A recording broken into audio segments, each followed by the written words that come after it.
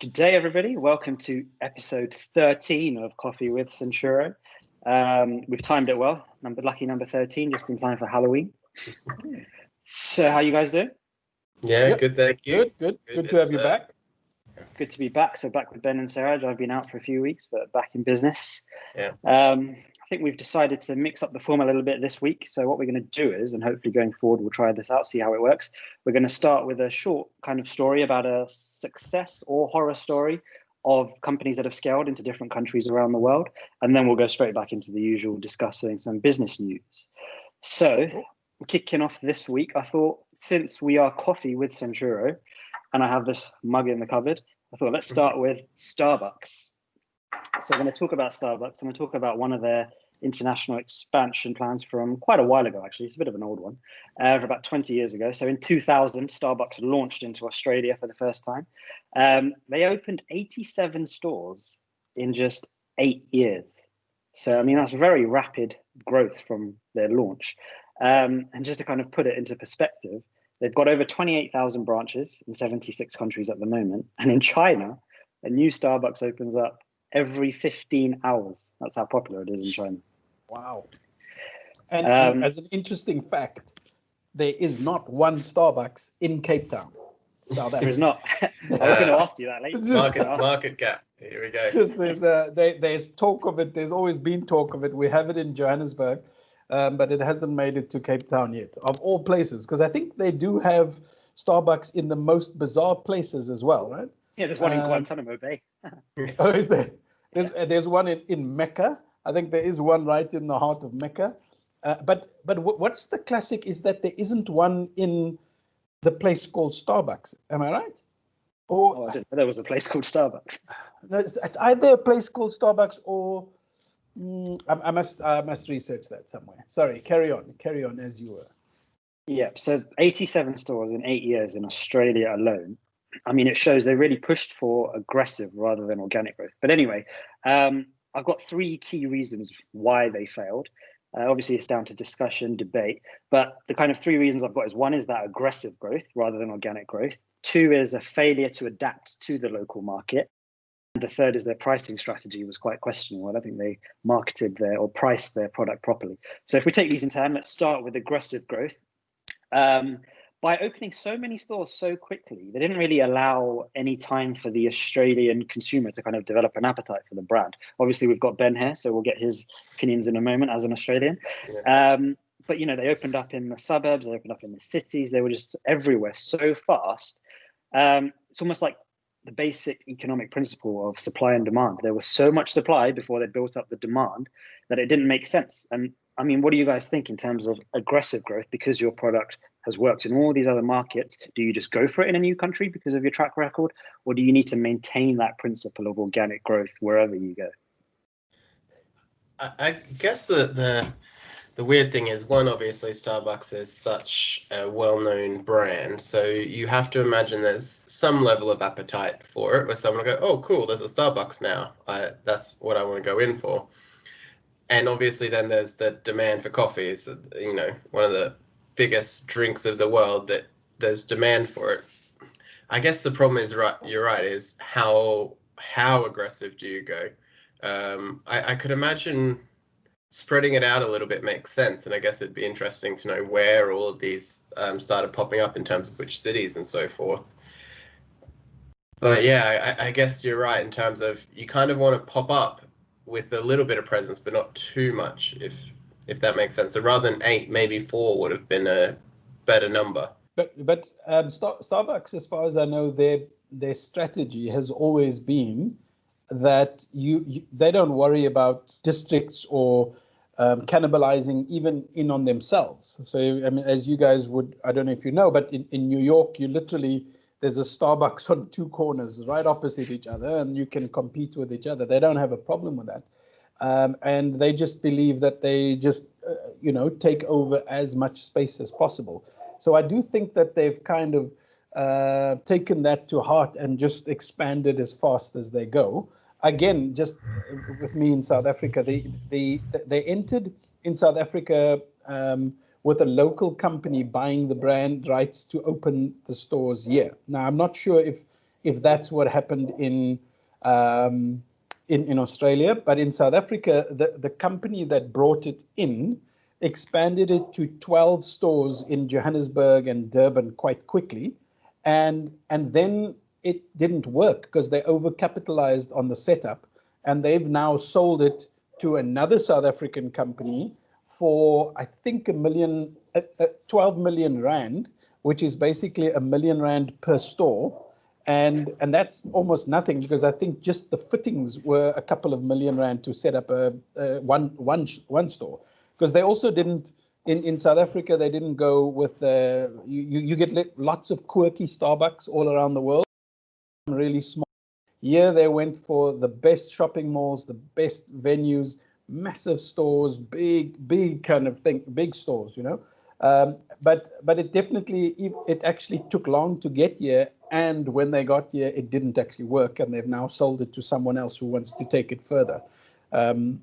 So I'm not sure if that's what happened in Australia, and it's probably going to be a case by case basis. But I think where the lesson is here is that Starbucks is such a strong brand in itself.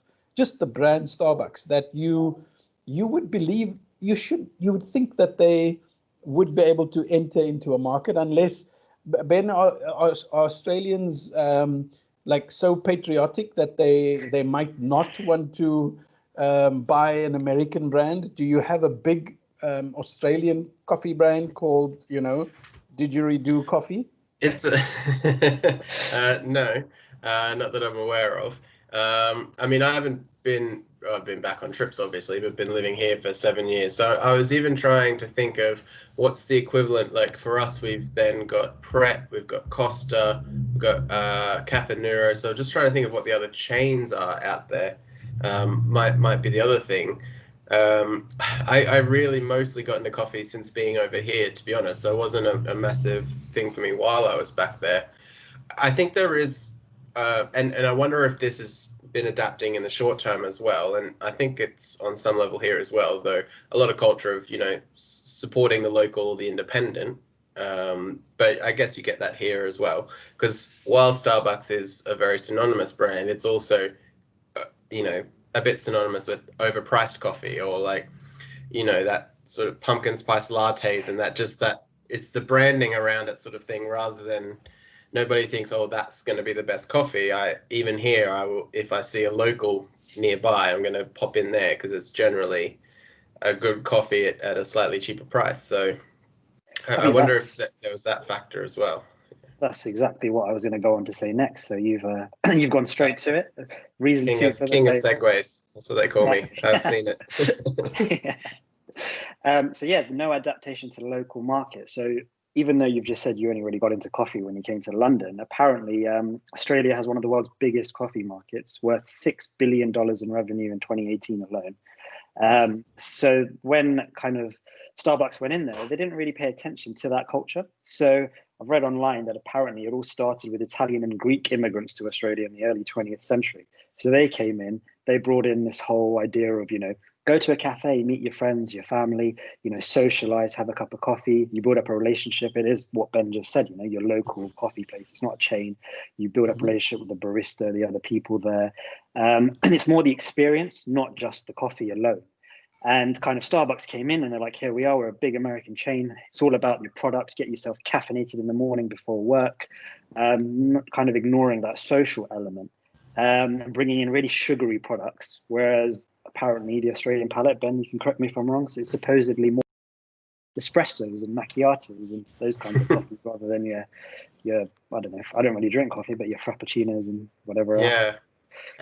Yeah, it surprises me a little bit that the taste is not sugary, but again, haven't really been back to do it. But yeah, I guess that would be a case. I would have thought slightly again, depending on where they open, I would have almost thought it was the other way if you hadn't told me, and I would have said we would have been more used to products rather than sitting down and socializing. Because again, it was sort of the London culture of the let's pop out with a mate and have a coffee, rather than some other form of, generally it's an activity. You normally just have coffee for the sake of a coffee, I thought. at the Could start. be an older generation versus younger generation thing, maybe. Yeah. What about you, Sarah? How do you treat coffee?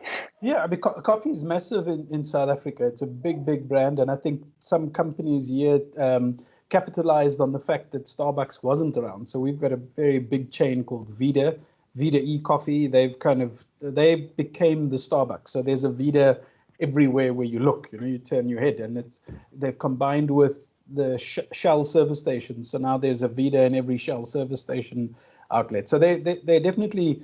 And there's a massive coffee culture here. We've got a coffee shop that's been voted the best coffee shop in the world for the last couple of years, Truth Coffee down in Cape Town. Very eccentric, very good coffee there as well. But you were talking about the pricing, and it is one of those age-old things of,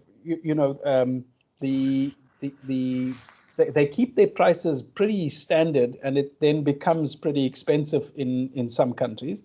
Where when I was in Phuket about 10 years ago, my wife and I were on holiday there. We would go for a full meal with desserts and drinks, and then on our way back, scooting towards our hotel, we stopped at a Starbucks, and our coffees were more expensive than that entire meal. So it's just one of those things. But it's when you live in a city with no Starbucks and you see one, you automatically just want to stop. So that's what we did. Yeah, and that's reason number 3, pricing. So they were overpriced, even though I think the Australian economy is strong, and their exchange rates are quite high. I mean, when I visited a few years ago, it was potentially more expensive than what I was paying in London. So, but even despite that, I think Starbucks was more expensive than the local coffee shops, and people already had that kind of experience. This is the coffee shop I go to. This is what I get. Starbucks comes along, probably good for an odd buy, like here and there, but I think it didn't manage to replace that regular daily purchase given the price. Yeah, I was thinking that they would have had to have maybe done something to, like you said, to tailor to the market, but almost in a, I don't know what the right word is, but like come out with an Australian coffee. You get pumpkin spice lattes for Halloween, and I think we're almost in the ginger lattes for Christmas coming. If you try to do something for the market and somehow make it an Australian coffee, then people would start to get interested and pop in. But I think you're right. If you're in a routine of having something, there's the odd occasion to pop in and just check it out and maybe grab the one-off drink. But otherwise, if you've got your local, there's not much reason to change, especially if there isn't a massive chain market. Because I think once you've got, similar to here, where there's a lot of chains where, as I said before, Pret, Cost or whatever, they almost start to become interchangeable, and you just want a coffee from a chain. And then it's almost, all right, I've got a slight preference towards Starbucks, or I've got a slight preference towards Pret, and you pick, that's what starts to become your pick, but you just know you're picking from a chain. Whereas if they're already established in there with their locals, there's not a lot of reason to go pay more at a chain. So yeah, I think they would have had to do something to entice them in first, and to try and break their habits, because we know customers don't like to break habits. They'll do quite a lot to avoid changing a habit. So yeah, they would have had to do something, I think, extra to break that. Yeah.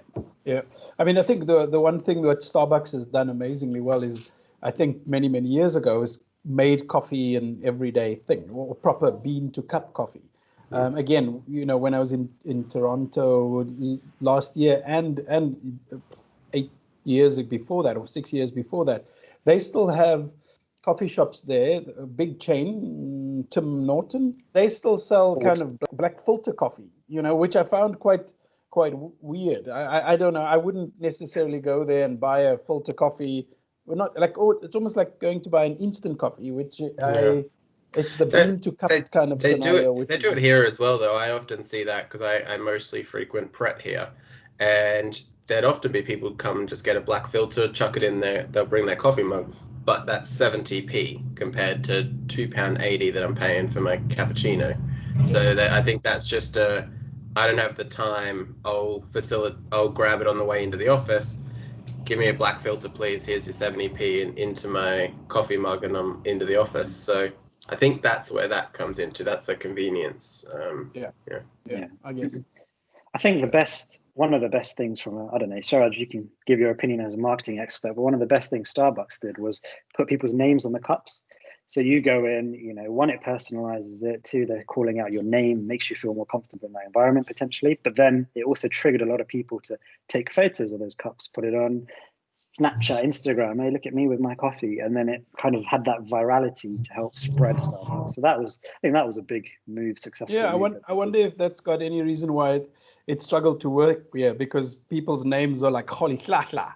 You know what I mean? And the guy's trying to shout out Holy Tlatla, whatever. How do you even write that down? Yeah. And maybe in Australia the problem was they said Bruce, and like 6 guys came for it. So, I don't know.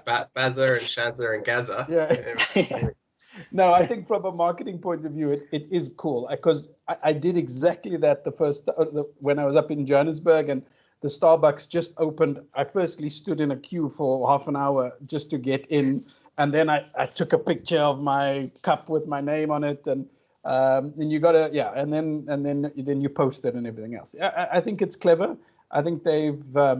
I just think that I'm not sure if that's what happened in Australia. Is that I just think their overall setup in this country was just way too high. Like the level of their store was just impeccable, massive, impeccable, big couches. It all looks great, but you have to sell like an enormous amount of coffee just to break even every day. Whereas I think some of the best coffee shops or best kind of places, sometimes eateries, are small little hole in the wall type things where you get a good following. People want to get in there, and your costs are just low, so you can do that. So I feel like and maybe that's got to do with when an external supplier comes to buy the rights to be Starbucks in a country, then Starbucks kind of goes, you can be, but we need all of these specs of your store. Whereas when they were growing in the States, they were really taking up any piece of real estate they could. They took the little corner shop that they could just to fit one in. So I think that might be one of the reasons as well. Yeah. So within those kind of 2000 to 2008, they lost $105 million in Australia. So they ended up having to retreat and close down 2/3 of their Australian stores. I think they've had a bit of a comeback since then, and they kind of learned from a lot of those lessons. But I think the key takeaway here is, it doesn't matter how big you are, how well known you are, where you've had success, when you're going into a new market, despite that reputation helping you, you still need to think about the locality, adapt your strategy. What do the consumers want, and how do you kind of fit in with that? So yeah, I think that covers our case study, our success or failure, I guess, on this occasion for a company scaling into a new region. So let's move on to the news. Obviously, the US election is here, so I thought it makes sense to kind of have that dominate the discussion today. So obviously impact America, the American economy, the American people, but it's definitely going to have an impact globally, given the kind of superpower that the US is. And currently, I think a lot of people are saying it's going to be a very tight race. Could even be a contested election, which, if it does happen, that will result in delays counting up the postal ballots. Apparently, the last resort is going to the Supreme Court for a decision. And obviously, if any of that happens, the delay gets longer and longer, which creates a lot of uncertainty that can kind of mess up the markets globally. And I looked at CNBC. So CNBC, they've put some predictions down. They've said there's a 50% chance there'll be a contested result, 25% chance that Biden will win, and 25% that Trump will win. So it's pretty much. In other words, they said nothing. Yeah, they said nothing, literally. So my question is, I'm going to put you guys on the spot. I don't know if you have even kind of looked into it much, but pick a name. Who do you think will win? So just as a matter of interest, by the time we launch this, it's all been done, or it's being contested. No, we're discussing this a few days before, but we're going to post this on the 3rd, the day of the election.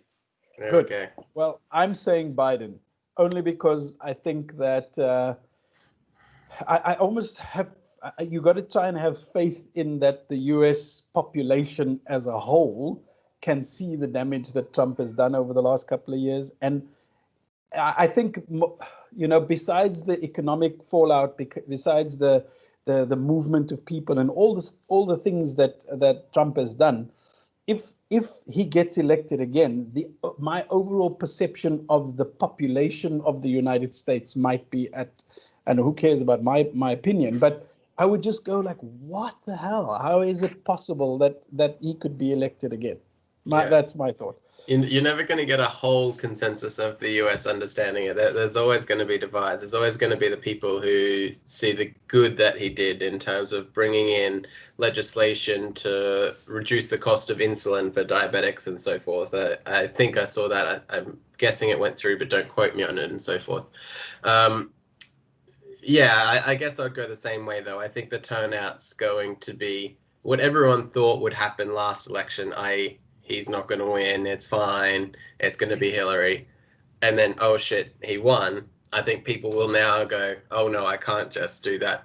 I did see they've already had a record number of voters because they're obviously putting in early vote by mail. From the 2016 election, 50% of the total number of people that voted in the 2016 election have already voted at this point.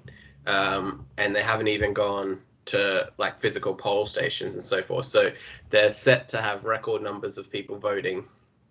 And obviously all of social media has been blasted with American celebrities and stuff telling us to vote and whatnot, which gets a little tedious at times. But I mean, that's, I guess, what we sign up to if we want to sit there and follow their lives. But I think given the numbers, it's probably going to swing Biden's way, I'm guessing. But yeah, I think you're right. I think the fact that Trump won last time, that being a surprise and being a wake-up call, and there's been so many campaigns, not even just this year, but I've been hearing it for the past couple of years, of people saying young people need to vote. People who didn't vote last time have to vote to prevent something like that happening again, which means, you know, if there's record numbers already and 50% of those who voted previously have already voted by post or however, that would suggest a swing away from Trump. I'm going slightly off topic, but still on topic. Oh, do you want to go on? I just want to ask, the current population in the United States is 382 million people. And we have a choice between Donald Trump and Joe Biden. You know, for me, that is the biggest. I'm just like, really? Out of 382 million, you came up with those two. And guess who's the outsider? Kanye West. You know, you kind of go, really? That's what the United States can come up with? I have a huge problem with that. But also the fact that, you know, and again, we've spoken about Jacinta, I don't know her surname, I'm sorry, the New Zealand, the New Zealand Prime Minister. She just won a new term by a landslide. I mean, she's 40 years old, a woman. The president or prime minister of Finland is a 34-year-old woman, and they're both doing amazingly well. They got the best record within COVID and how they've managed it. And then you have two 70-year-old men competing for presidency in the United States. I don't get it. I think there needs to be a shift towards a much younger demographic in leadership globally. Yeah, I saw that argument for the US as well. It's like the average age of the people in the House, 62 or something like that. And it was obviously just rattling off numbers. And it's like, here are the two people we get to pick between, two 70-year-old guys. The average age of the people making the decisions in the House is 60. Like, can you see the pattern? And it's like, the average age has never been that high before. And it's like, that's part of the problem. So yeah, I think you're right. And I mean, I think some of them speak out to it as well. Of it's a bit of the lesser of two evils is what it almost comes down to. Yeah, I think you're right, and that's what I was about to come on to is beyond Trump, within his own administration, the people he surrounds himself with, you know, they're all quite similar people, similar ages. And I don't know if you guys have had a chance to watch it yet, if you're planning on watching it, but Borat 2 came out this past week. I did watch it. Have you seen it? No, I haven't seen it. I'll try and avoid any spoilers, but the thing I wanted to talk about is all over the news anyway. So the plot line is essentially Borat travels to the US because he wants to gift his daughter to Mike Pence to bring Kazakhstan on side with the US. And he manages to get into a political conference where Mike Pence is speaking, dressed as Donald Trump with a bodysuit, the mask, carries his daughter over his head, gets close and shouts at him. I don't know how they got through that in terms of security. And then the end scene, which is all over the news. So I hope you don't mind me giving it away, but I won't go into too much detail. But essentially, they arranged an interview with Rudy Giuliani. So former mayor of New York, currently the personal attorney of Donald Trump, 76 years old. And Borat's daughter poses, well, I mean, the actress is 24, but in the film, she's playing a 15-year-old. And within the film, again, it's a documentary style where the people around them think it's real life. So Giuliani thinks he's being interviewed by this 15-year-old Kazakh news reporter. They're in a hotel room together. There's a bit of flirting. She then invites him into the bedroom for a drink or two. And there's a controversial scene. To be fair, I don't think it's as black and white as some people say, but again, it's all opinion. I don't know if they've edited it and cut it a certain way. But there's a point where the mic comes off. Giuliani sits on the bed, leans back, puts his hand in his trousers. And then at that point, Sacha Baron Cohen playing Borat comes running in saying, "She's 15, she's too old for you." But the debate has been, was he being incredibly inappropriate? Is this summing up that kind of environment in the Trump administration, the sorts of individuals he surrounds himself with? Are these all these moral, ethical issues? Giuliani said no. I took the mic off. I was tucking my shirt in. And to be fair, even though it looks highly, highly suspicious, he had just taken his mic off. The way they'd cut it, they could make it look that way. I don't know. But this came out just this week, kind of timed intentionally before the election. What do you guys think of that? And do you think it could have an impact? Yeah, I saw one argument of how. So I haven't watched it. I saw a couple people had started watching it and then not fully got through it and so forth. But part of their thing was like, surely to some level this is got to be staged because he was so famous from the first one. Again, I haven't seen the scenes where it's not him as Borat, but there's obviously a bunch of scenes with him as Borat, who is very well known at this point. So how is anyone falling for it without it being on some level staged? So yeah, I guess without seeing it, there's so many. Well, I guess they've come out on that. So in the film they address it. So they show clips of him being Borat, and people say, "Oh my God, it's Borat!" And he's like, "No, I'm not." So big part of the film was A, the daughter being the kind of main character, and B, he was Borat, but he was wearing a disguise because everyone recognizes Borat. So he kept wearing different outfits. And in this scene, he wasn't there. He was hidden in the room, which again raises more questions about security. So they managed to get into the political conference. Now they're in a room with Giuliani. He's got his personal security. No one's allowed in and out of the room. They sweep the room, yet Sacha Baron Cohen is sitting in the room in a hideout. So what does that say about US security for, senior politicians? I mean, my one thought of this is firstly, it could have been a setup. Would Giuliani even give the rights to do this? And if he did, how silly is he? Because surely it's gonna. I mean, I know that famous non-actors kind of try and get into these movies anyway, just to up their profile. But it's so controversial anyway over the last while. I find it quite bizarre, I must admit. I imagine they would have tried to get him to sign away the rights while he thought it was a TV interview, and he still ultimately signed his rights to be on screen and for them to use that footage how they like. Whether or not he knew I don't know. Yeah. I don't know. Did you see I mean, so how is that less influencing the elections than some Russian farm of computers all sending out tweets? Isn't it a similar type thing? Yeah. Yeah, it is. And that was one of the things I was going to come on to. But before we get onto that, well, actually, let's just go straight onto it. I'm ruining the segue. I'm ruining it. So a big part of the kind of influence of the US election on the rest of the world comes down to kind of trade. So whilst they may impact the economies, you've also got a lot of US tech giants that kind of a big share of their market is in Europe. And Facebook is one of those. And we love talking about Facebook on this podcast. Yeah. And they're obviously likely to play a big role in the election. Like you've just said, Sarah, you've got the Russians doing whatever they were supposedly doing last time and all this influencing. But a lot of political ads and potentially fake news is going to impact this election, no doubt. So I was going to ask you a quick question, both of you. So how much would you estimate Facebook has, you may have read this, how much do you think Facebook has made from political ads in dollars since the summer of 2018? Just a rough estimate. But Let's go. $5 billion. No, I don't know. $1 billion. $1 billion. Let's sit in the 50 to 100 million range. I feel like it's going to be too low, but 50 to 100 million versus $1 billion.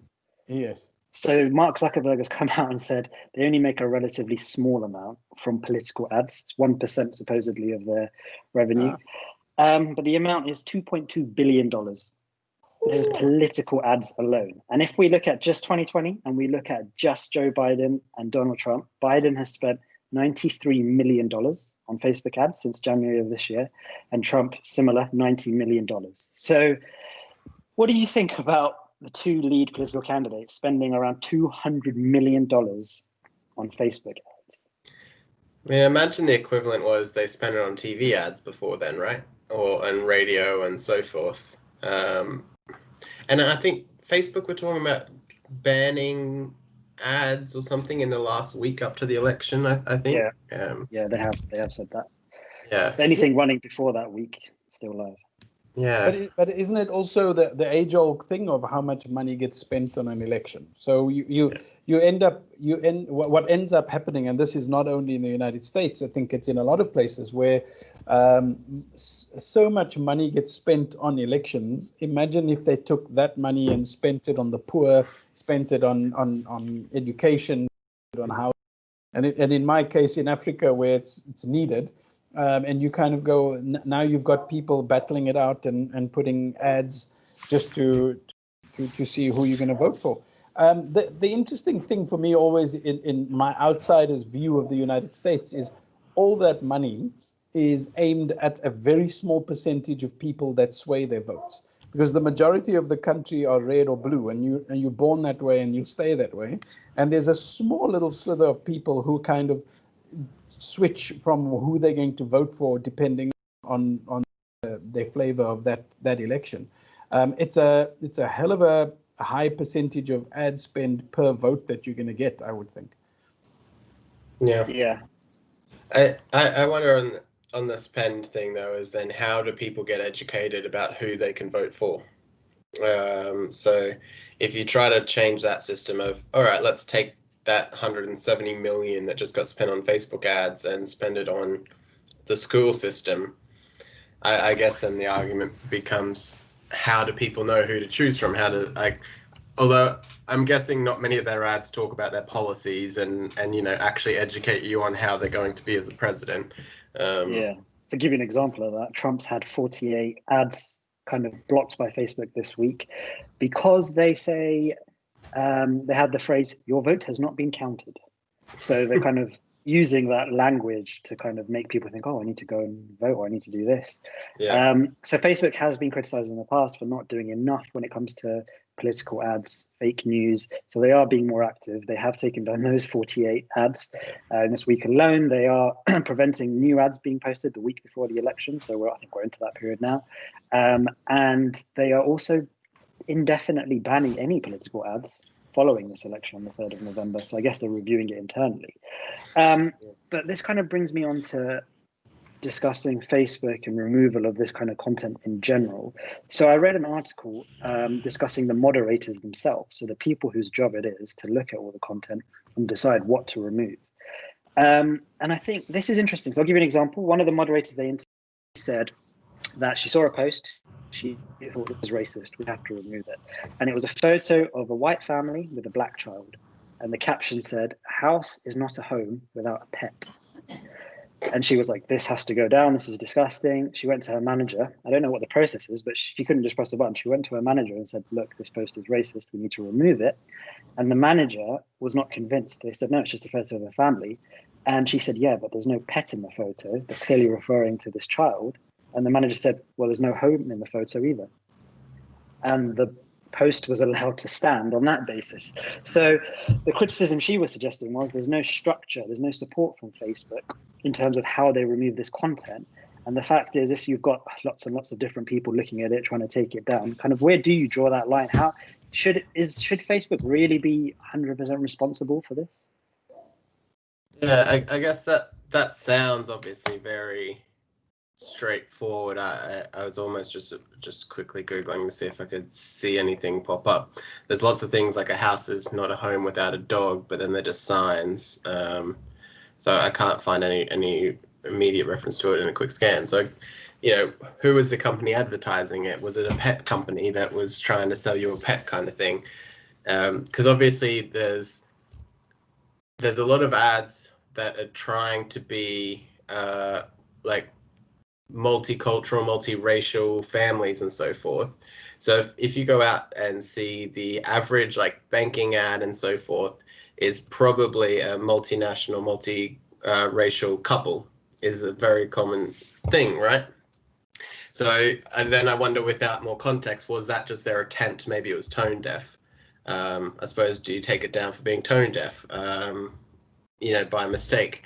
I guess there's a lot of questions. I could imagine it's a difficult one, and depending on how you phrase what the manager said and so forth, could determine it. So I always sometimes take a slight pessimistic angle, or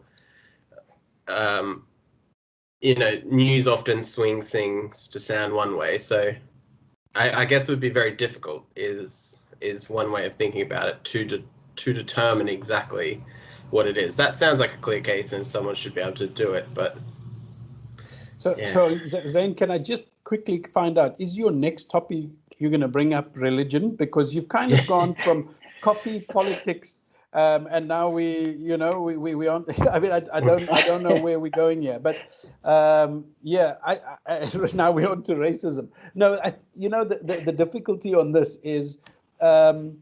Well, the question was more about Facebook's policies. No, than it actual is, example. and it is just the thing on the racism thing. Just very quickly, is that sometimes it's the fact that even your like, am I a racist? Like the person's going, I think this is racist. Sometimes that in itself can be a racist act, which you would think is coming from a good place. Whereas like, no man, it's just a family. They're saying there's no pet in this picture, and it's not a home. You need a pet, but. The interesting thing for me on this to take out is that as technology and AI and all of this comes up, it's still individuals sitting there doing the kind of monitoring. Sure, I know there must be some kind of AI flagging it. Then it comes to a warm body that kind of says that. As someone that's been in the media, and it's such a difficult thing when it comes to, we used to call it church and state, where the editorial and what goes into a magazine is you don't touch that, and that is the editor's thing. Whereas I was the publisher and the guy trying to make money, I was trying to sell as many ads in it. And if you want to try and influence the editorial because of who's spending on it, there would be this big fight, right? So it's what's more important, editorial, sovereignty, or ad money that allows you to do that. I think where Facebook is coming into it, and where the challenges are with social media, is that we are all the editors, we are all the people uploading our own things, and do they take responsibility for one person of what they put up there when all they are is just a platform? So is the news agent in the old days who sell all the magazines, are they responsible for what's in the magazine that goes up there, or the newspaper? So if someone writes something really nasty in a magazine that you happen to be selling all the magazine, is that your responsibility? And in the same way, is Facebook responsible for everything that people put up there? And if you're saying that there was $2.2 billion spent on political ads, and that was only 2%, imagine what all the other advertising, and imagine how many posts go up every day. It must be a crazy amount. I think that's maybe Google will tell us. Yeah, that's what they've been saying. So we can't police all of this. They've got away with it for so long, but I think it's got to breaking point in terms of the amount of influence that platforms like this can have. But then that's the challenge. How do you in practice actually deal with that? That's the trick. Yeah, because I can imagine I could definitely see this happening, where like Facebook could have doubled their crackdown on this, right? And been like, last time we wiped out 100,000 ads, this time we wiped out 1 million ads off there that are racist, that are political, and people will still harp on the 10 ads that got through. So they're not going to be able to win Yeah. anytime soon or in any way in terms of their policy. And then you run into the issues. I think I said it when they had the tech hearing, and one of the senators gave Mark Zuckerberg a hard time because he said someone got banned for content. And he's like, well, it's freedom of speech. If he puts up something that's slightly wrong, let the people argue it and someone step forward and say, no, this is wrong, and let a debate happen. But then it was like 15 minutes later and someone put up a racist post, and therefore it was up to Zuckerberg to remove it. It's like, how do you win between free speech and debate? And obviously there's clear things like hate speech and racism that you can just take out. You don't need to debate that. But yeah, I imagine there's a lot of gray ground, I imagine. Yeah. I've just kind of Googled a little bit of things here that let me just see actual numbers. 1.79 billion people on average log on to Facebook daily. That's 1.7 billion people on there. They've got 3.1 billion active users. It is a mammoth task. If you think that 1.7 billion people log on every day, even if half of them are putting a post up, and we all know of some people who post 5-10 times a day. I'm trying to see if I can find the actual number of posts a day, but I'm not getting to it. It must be something silly. Yeah, Really. and beyond racism, hate speech, and political and whatnot, you've then also got scammers and all sorts on marketplace and so forth. The range of problems is enormous, which might be part of why they're saying you should never have a company that big if you can't control it at some level. You could probably, if there was an issue within the magazines you worked in, Suraj, it's controllable to some level, right? Yeah. Whereas, maybe that's part of the argument is, you're too big to control yourself. Like you said, it's too big of a task to monitor your own platform. Yeah. Should you be allowed to run your platform? Or should you break it up? Facebook have 52,000 employees as of June 2020. 52,000 employees monitoring 1.7 billion people coming on every day. I think it's a difficult task, and you're right. I think we're into a whole, and that's the interesting thing when it comes from a business proposition point of view, because whether you like it or not, and I have recently deleted my Facebook, well, only like literally 10 days ago, just stopped using Facebook and Instagram. And I've done it personally, but if you're looking at where you want to spend money and how do you reach people, it actually does come down to you can't ignore Facebook anymore. A couple of years ago, when you're looking at your marketing spend and where should I put money, you kind of go, right, TV, there must be TV and there must be these magazines. Now you kind of go, well, you have to have Facebook, whether you like it or not. There are 3 billion people, 3-point-something billion people on there. You got to be there. How many of those people are real? As we've had experiences with as well, when you post advertising, the kind of clicks and the people who sign up for things, are they real people? I still don't know. Yeah, it's a good question. And I think on the kind of point of Ben's point of, when it's so big and it's no longer manageable, should that even be allowed? I mean, one of the solutions that people often try and do is the whole automation of things. I mean, you cannot automate everything, but that brings me on to the next topic of Uber, who have been in the news this week because there's 4 Uber drivers, so from the UK and Portugal, who've put together a legal challenge against Uber because they were dismissed for fraudulent activity. And this fraudulent activity was automatically detected by Uber. They were kicked off the platform with no right of appeal. And they were saying there was no human element into this. We've basically been dismissed from our livelihoods of working as a Uber driver. And if you look at Uber's community guidelines, it says fraudulent activities include actions intended to disrupt or manipulate the normal functioning of the Uber apps and abusing promotions and or not using them for their intended purpose. Now, I'm not going to go into kind of definitions of things, but there's a non-profit organization that looks at kind of the digital economy, gig workers, and tries to protect their rights. And one of their speakers has said these drivers are being penalized because he thinks they've been declining rides because they're waiting for the surge pricing so they can make more money through the rides. Now, the fact is, if Uber has surge rates in the first place and they're taking advantage of that demand, and if this is the gig economy where workers can choose their hours, Is that something they should be punished for? And irrespective of that, I'm not going into employment law, let's ignore that. But that kind of automation element of handling something like that, I mean, what do you guys think of that?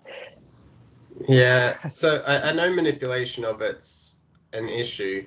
I know I tried to get picked up by an Uber a few weeks ago, and he got really close and then was just sitting still for a while, like up and around the corner. So I ended up just walking up to the end of the street. I saw a service station. I thought, oh, maybe he's getting gas or something. And then eventually kept waiting, and 5 minutes went by, so more time than he needed. And then, so I think he was just sitting in a side street and then cancelled. But they get £5 for because it said I wasn't there to get in the car. So I got charged £5 for not getting the ride.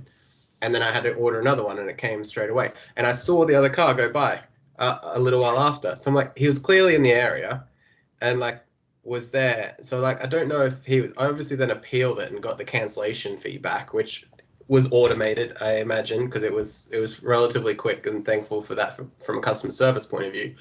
But yeah, so I think there is that. So I think around the wording, I can imagine there's stuff like that going on.